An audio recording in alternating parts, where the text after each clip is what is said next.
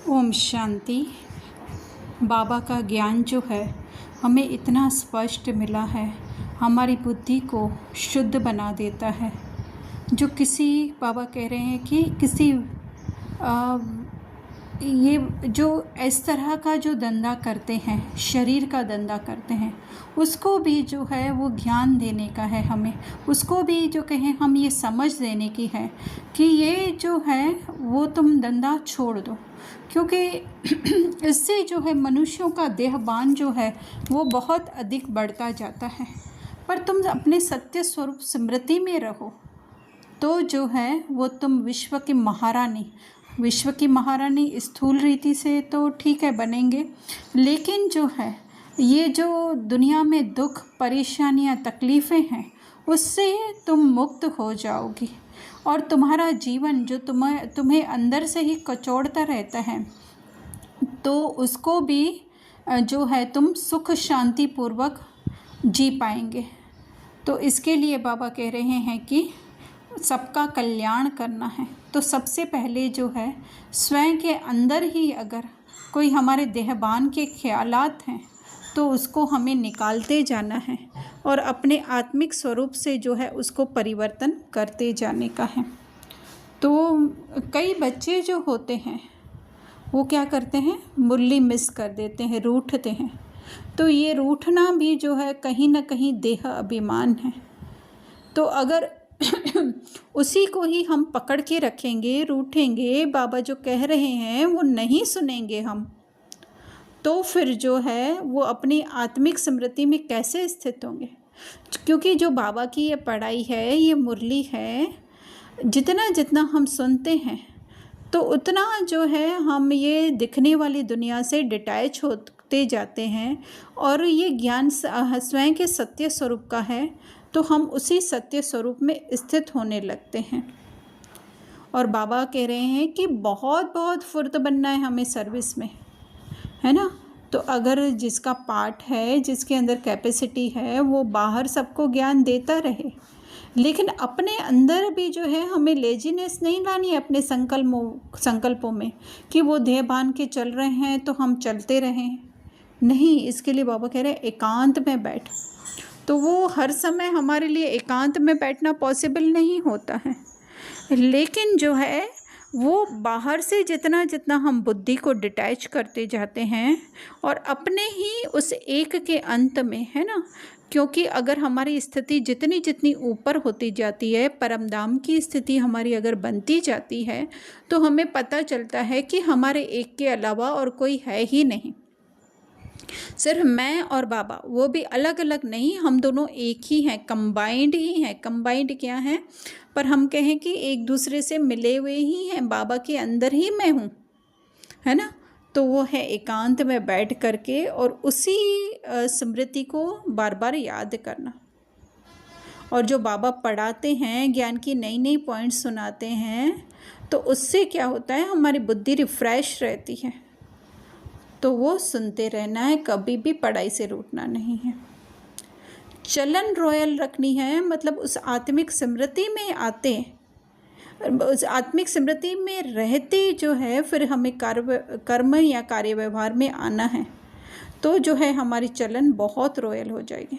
फिर मुरली के बीच में बाबा वानप्रस्थियों का भी कह रहे हैं कि ऐसे नहीं है कि उस समय जब समय था तो घर बार छोड़कर आश्रम में चले जाते थे, लेकिन अभी वो समय नहीं है, ना वो आश्रम है, ना वो परिस्थितियां हैं। पूरा सब कुछ चेंज हो चुका है। हुआ सब कुछ ड्रामा अनुसार है, फिर भी हुआ तो चेंज है ना। तो बाबा कह रहे हैं वाणी से परे, अर्थात कि उस जो हमारी जिम्मेदारियां हैं, सब कुछ है, उससे डिटैच होकर के अपनी उस वाणी से परे अवस्था को याद करना है। उसी को बाबा ने कहा घर जाना है, मोह की रगें तोड़ देनी है। मतलब कि ये जो हम सोचते हैं, ये हमारे बच्चे, हमारे पोतरे दोतरे, मेरा मकान, मेरा बंगला, मेरे बिजनेस, तो वो जो है जस्ट हमें जो है इस विश्व ड्रामा में एक मूवी है, उसमें जो है हमें पार्ट निभाने को मिला हुआ है। ये स्मृति रखेंगे और ये स्मृति भी इस तरह से नहीं रहेगी। जितना जितना उतने सत्य स्वरूप को याद करेंगे तो फिर जो है मोह टूटता जाएगा। बाकी ऊपर ऊपर से हम प्रिया पूजा प्रदीप प्रमोद समझ के मोह तोड़ेंगे तो नहीं टूटेगा। फिर बाबा ने कहा कि अधमों का, है ना, जो एकदम नीचे गिरे हुए हैं, ज़रूरी नहीं है कि फिर वो शरीर का धंधा करते हों, है ना। काफ़ी ऐसे भी हैं इस विश्व में, हम कहें कि जो बहुत ज़्यादा देहभान में फंसे हुए हैं, तो उनका भी उद्धार, तो डायरेक्ट तो हम उन्हें नहीं कह सकते, या कह सकते हो तो ठीक है, हम तो नहीं कह सकते, है ना। तो उनको जो है उनके रोल से डिटैच, क्योंकि अधमों का रोल वो प्ले कर रहा है। अधमों अर्थात जिसकी हम कहें बुद्धि जो है बहुत ज़्यादा देह में फंसी हुई है, जिसको देह के अलावा कुछ सोचता ही नहीं। लेकिन हमारी दृष्टि ऐसी हो कि उनको देह से न्यारी देही आत्मा देखें, तो यही है उनका उद्धार करना। वरदान में बाबा श्रेष्ठ वृत्ति द्वारा वृत्तियों को परिवर्तन करने के लिए कह रहे हैं कि अगर सिद्धि प्राप्त करनी है, अगर हम चाहते हैं कि हम जो चाहें वो हो, है ना, तो उसके लिए क्या करना है, वृत्तियों द्वारा वृत्तियों को परिवर्तन करो। बाहर तो ठीक है दूसरों की वृत्तियों को, लेकिन स्वयं की वृत्ति द्वारा, जो देह अभिमान की वृत्ति है उससे देही अभिमानी की वृत्ति बनाकर, देह अभिमान के संकल्प हैं उसको देही अभिमानी संकल्प में परिवर्तन करके जो है वो फिर ऐसी हम रिसर्च करें कि क्या उससे फ़ायदा हो रहा है। तो बाबा ने कहा कि ये सूक्ष्म सेवा कमज़ोरियों को, क्योंकि या तो हमारा अटेंशन देह की तरफ जा सकता है या आत्मा की तरफ, तो ये संकल्पों में ही होगा, सूक्ष्म में ही होगा। तो जितना जितना हमारे आत्मिक संकल्प होते जाएंगे तो देह की कमज़ोरियाँ मिटती जाएंगी और हम सिद्धि स्वरूप बन जाएंगे, है ना। जिसके लिए बाबा ने कहा जिज्ञासु भी बढ़ेंगे, मदोगरी भी आएगी, बहुत मकान भी मिल जाएगा। ये सब क्या है, हमें फिर ये कहने की ज़रूरत नहीं पड़ेगी कि हमें ये चाहिए या मिल जाने चाहिए या मिले मिले मिले, नहीं, वो जितना आत्मिक स्मृति में होंगे तो ये तो सब हमारी रचना है, तो वो ऑटोमेटिक हमारे पास सामने से अट्रैक्ट होके आएगी। और वही है, यही विद्धि है आत्मिक स्मृति में रहना, और सिद्धि है हमको सब कुछ प्राप्त होना। स्लोगन दे रहे हैं बाबा, समय को सफल करते रहो तो समय के धोखे से बच जाएंगे। तो ये स्थूल दुनिया के हिसाब से ही समय है, और ये समय भी है जब हमें मिला हुआ है कि जब हम अपनी सत्य स्वरूप स्मृति में रहें। जैसे कि मुरली के बीच में भी बाबा ने कहा कि कभी भी ये ज्ञान नहीं मिलता है ना, शरीर से डिटैच होने का ज्ञान हमें कभी भी नहीं मिलता है।